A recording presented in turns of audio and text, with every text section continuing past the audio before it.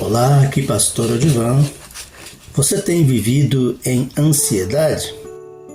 Encontre a paz através da fé em Deus. Eu quero ler um versículo para a nossa meditação, que é Mateus capítulo 6, versículo 33, que diz assim: Mas buscai primeiro o reino de Deus e a sua justiça, e todas estas coisas vos serão acrescentadas. Em Mateus capítulo 6, a partir do versículo 25, Jesus está ensinando contra a ansiedade.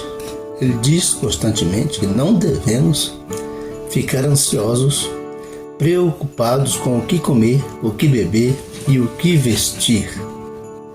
O excesso de preocupação com a nossa sobrevivência nos traz inquietações e nos levam a uma vida ansiosa, uma vida cheia de ansiedade, com os males que essa ansiedade nos traz.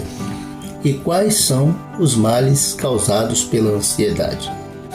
Basta olharmos alguns artigos psicológicos, científicos, médicos, que vamos encontrar aí a resposta para os males da ansiedade em nossa vida, né? A pergunta: quais são os males da ansiedade? Nós vamos encontrar um monte de resposta.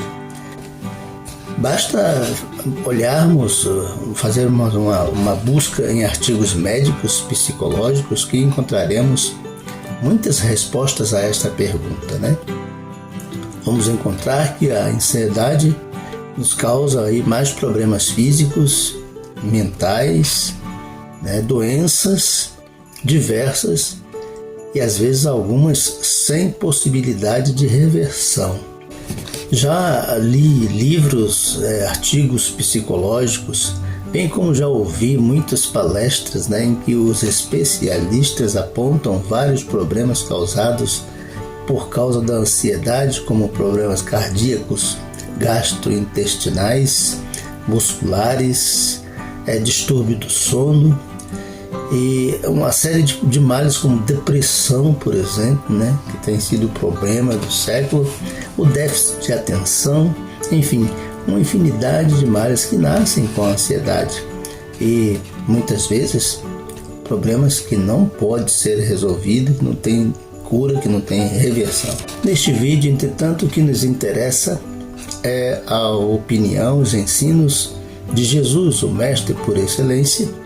E ele nos ensina que é inútil ficarmos ansiosos, possuídos de ansiedade.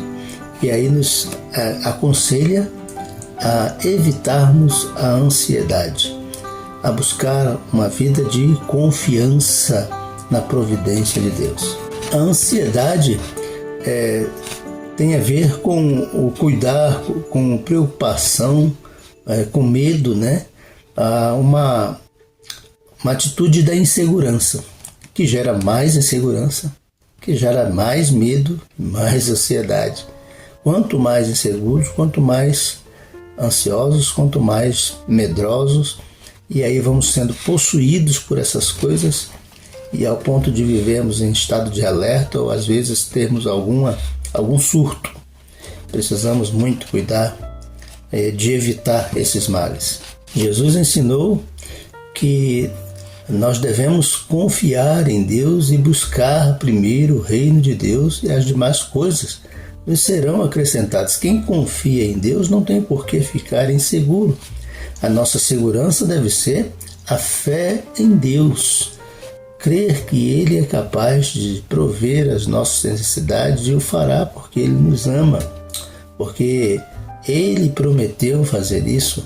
Então, quando a gente confia nele, a gente se entrega, a gente confia completamente, a gente descansa no Senhor, conforme disse no outro vídeo, né?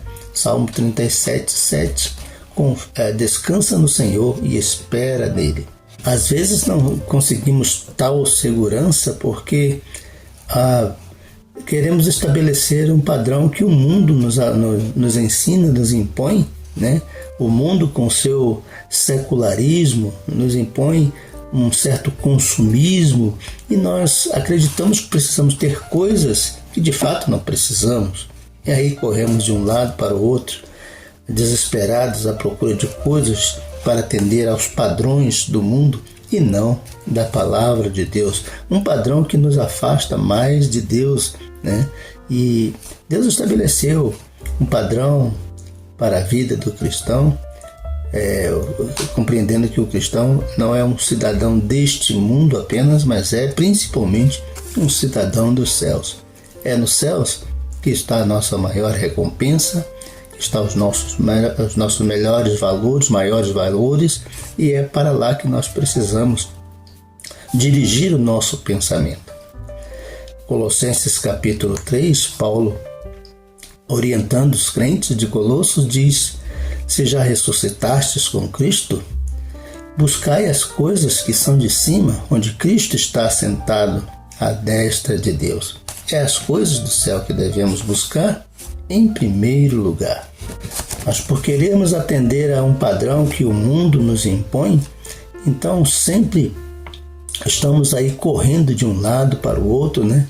Em busca de mais recursos financeiros, mais recursos materiais, mais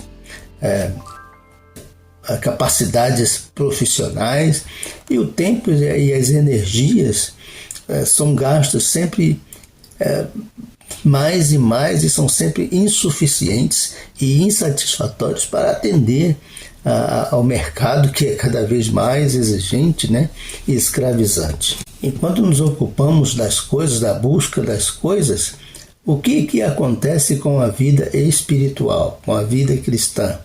O que acontece com a família? Então vamos sempre correndo atrás das coisas, atrás dos valores para esse mundo, esquecemos de valores emocionais, espirituais, familiares, que são mais importantes para a nossa vida. Os valores espirituais não são importantes para esse mundo secularista em que vivemos, né? Mas deve ser a nossa prioridade, deve ser a prioridade do cristão. Buscar primeiro o reino de Deus, buscar primeiro a justiça de Deus, isso deve ser a nossa prioridade. Por isso Jesus disse: buscai primeiro o reino de Deus e a sua justiça, e as demais coisas vos serão acrescentadas. Este é um conselho, uma ordem de Jesus para cristãos de todos os tempos, mas parece que ele faz mais sentido e é mais urgente para nós, porque para nós parece que um dia de 24 horas é insuficiente, e se criarmos um dia de 48 também será insuficiente, porque sempre estamos querendo mais, precisando de mais e mais e mais. Então precisamos muito buscar o reino de Deus e a sua justiça em primeiro lugar, em primeiríssimo lugar.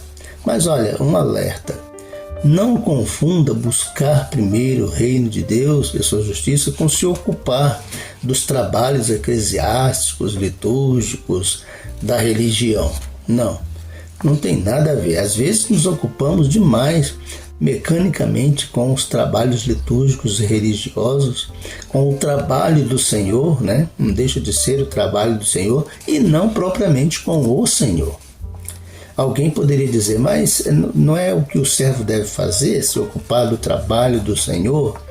Sim, a resposta é sim. Primeiramente, vamos entender o seguinte: não seremos salvos pelo que fizermos, mas pelo que Jesus fez por nós.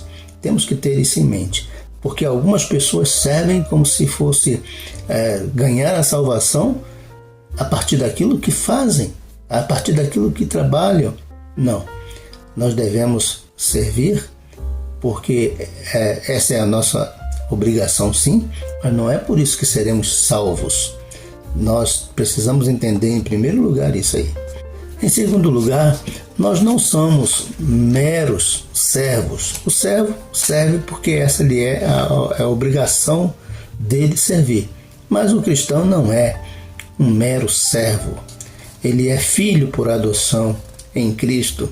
É assim, o serviço que ele deve fazer não é de um servo que serve, mas é de um filho que serve. E isso é diferente.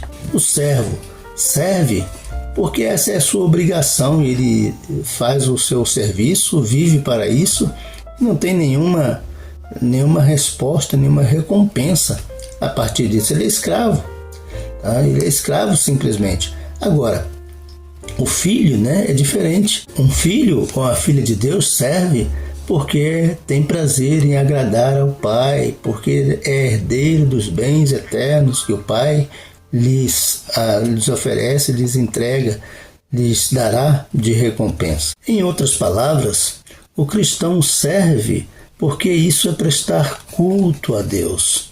Ele deve se empenhar ao máximo para servir, né, para fazer o melhor possível, para prestar culto a Deus, por amor ao seu Senhor. Não simplesmente porque é um servo, porque deve fazer o que tem que fazer. Não, deve fazer isso para um culto a Deus, para atender ao primeiro grande mandamento: amarás ao Senhor teu Deus de todo o teu coração, de toda a tua alma, de todo o teu entendimento, disse Jesus em Mateus capítulo 12, versículo 30, né? Amarás o Senhor teu Deus com todas as tuas forças, com toda a tua alma, com todo o teu entendimento e com toda a sua força, né? Com todo o seu coração. Então é isso que nós devemos fazer, prestar culto a Deus através do nosso serviço. E se for por amor, tudo bem, mas se não for por amor, nada tem valor. 1 Coríntios capítulo 13 diz isso, né? Sem amor, nada nos adianta. Então, o servo deve servir por amor. Isso não é por pressão. Não vai nos levar à ansiedade, porque não estamos vivendo sob pressão de ter que fazer, de ter que ser, de ter que fazer, de ter que produzir. Hoje há uma mentalidade essa, né? Tem que produzir. É uma ideia de mercado essa. Uma ideia de mercado. Mas devemos ter muito cuidado com isso, porque isso pode nos adoecer. Servir ao Senhor. Ouvi uma vez um pregador falar que nós devemos ministrar sem suar. Ministrar sem suar. É um ministério de confiança, de prazer, de fazer aquilo que lhe é agradável, como quem pratica um esporte, por exemplo. Deus abençoe a sua vida. Buscai primeiro o reino de Deus e a sua justiça, e todas as coisas vos será acrescentada. Sirva ao Senhor com alegria, com prazer, com amor. Deus abençoe seu dia.